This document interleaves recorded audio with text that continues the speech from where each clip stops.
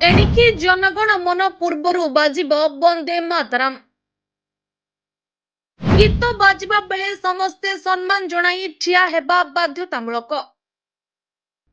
ବନ୍ଦେ ମାତରମ୍ର ପୂର୍ଣ୍ଣ ସଂସ୍କରଣ ଏବେ 3 ମିନିଟ୍ 10 ସେକେଣ୍ଡ ପାଇଁ ବଜାଯିବ।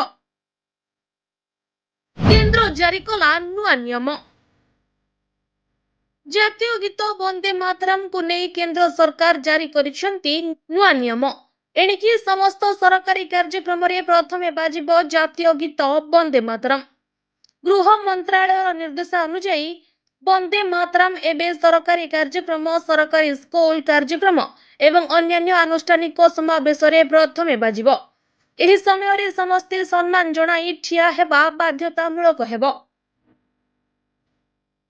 ଗଣମାଧ୍ୟମ ରିପୋର୍ଟ ଅନୁଯାୟୀ ଯଦି ଜାତୀୟ ଗୀତ ଏବଂ ଜାତୀୟ ସଙ୍ଗୀତ ଏକକାଳୀନ ଗାନ କରାଯାଏ କିମ୍ବା ବଜାଇ ଦିଆଯାଏ, ତେବେ ପ୍ରଥମେ ବନ୍ଦେ ମାତରମ୍ ବଜାଯିବ ଏବଂ ଯେଉଁମାନେ ଗାଉଛନ୍ତି କିମ୍ବା ଶୁଣୁଛନ୍ତି ସେମାନଙ୍କୁ ଏହି ସମୟରେ ସମ୍ମାନ ଏବଂ ଜାତୀୟ ଭାବନାର ସ୍ପଷ୍ଟ ବାର୍ତ୍ତା ଦେବା ପାଇଁ ଧ୍ୟାନରେ ଠିଆ ହେବାକୁ ପଡ଼ିବ।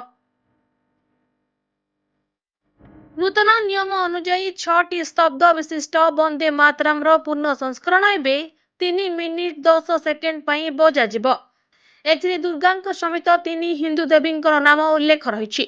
ଏପର୍ଯ୍ୟନ୍ତ ମୂଳ ଗୀତ ବନ୍ଦେ ମାତରମ୍ର 6ଟି ସ୍ତବ୍ଧ ମଧ୍ୟରୁ କେବଳ ପ୍ରଥମ 2ଟି ଗାନ କରାଯାଉଥିଲା।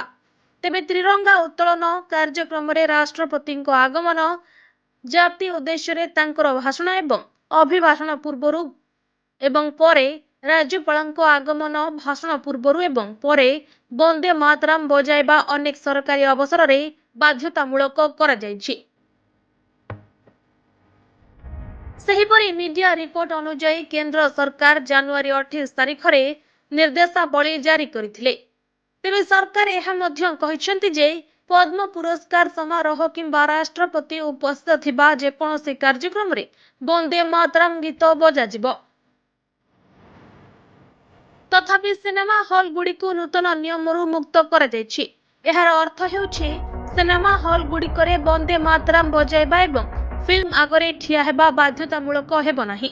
ଅଧିକାରୀଙ୍କ ଅନୁଯାୟୀ ବନ୍ଦେ ମାତରମ୍‌କୁ ସମ୍ମାନ ଦେବା ପାଇଁ ସ୍ପଷ୍ଟ ମାର୍ଗଦର୍ଶନ ପ୍ରଦାନ କରିବା ପାଇଁ ନୂତନ ନିର୍ଦ୍ଦେଶାବଳୀ ସୃଷ୍ଟି କରାଯାଇଛି।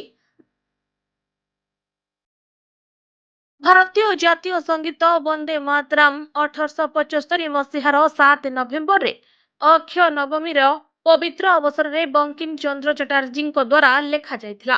ଏହା ପ୍ରଥମ ଥର ପାଇଁ 1882 ମସିହାରେ ତାଙ୍କ ପତ୍ରିକା ବଙ୍ଗଦର୍ଶନରେ ତାଙ୍କର ଉପନ୍ୟାସ ଆନନ୍ଦମଠର ଏକ ଅଂଶ ଭାବରେ ପ୍ରକାଶିତ ହୋଇଥିଲା। ତେବେ 1896 ମସିହାରେ ରବୀନ୍ଦ୍ରନାଥ ଟାଗୋର ଭାରତୀୟ ଜାତୀୟ କଂଗ୍ରେସ ଅଧିବେଶନରେ ମଞ୍ଚ ଉପରେ ବନ୍ଦେ ମାତରମ୍ ଗୀତ ଗାଇଥିଲେ। ଏହା ପ୍ରଥମ ଥର ପାଇଁ ଜାତୀୟ ସ୍ତରରେ ସାର୍ବଜନୀନ ଭାବରେ ଗୀତଟି ଗାନ କରାଯାଇଥିଲା। ସମାବେଶରେ ଉପସ୍ଥିତ ଥିବା ହଜାର ହଜାର ଲୋକ ଏହି ଗୀତ ଶୁଣି କାନ୍ଦି ପକାଇଥିଲେ। ବ୍ୟୁରୋ ରିପୋର୍ଟ, ସୂଚନା TV 24x7।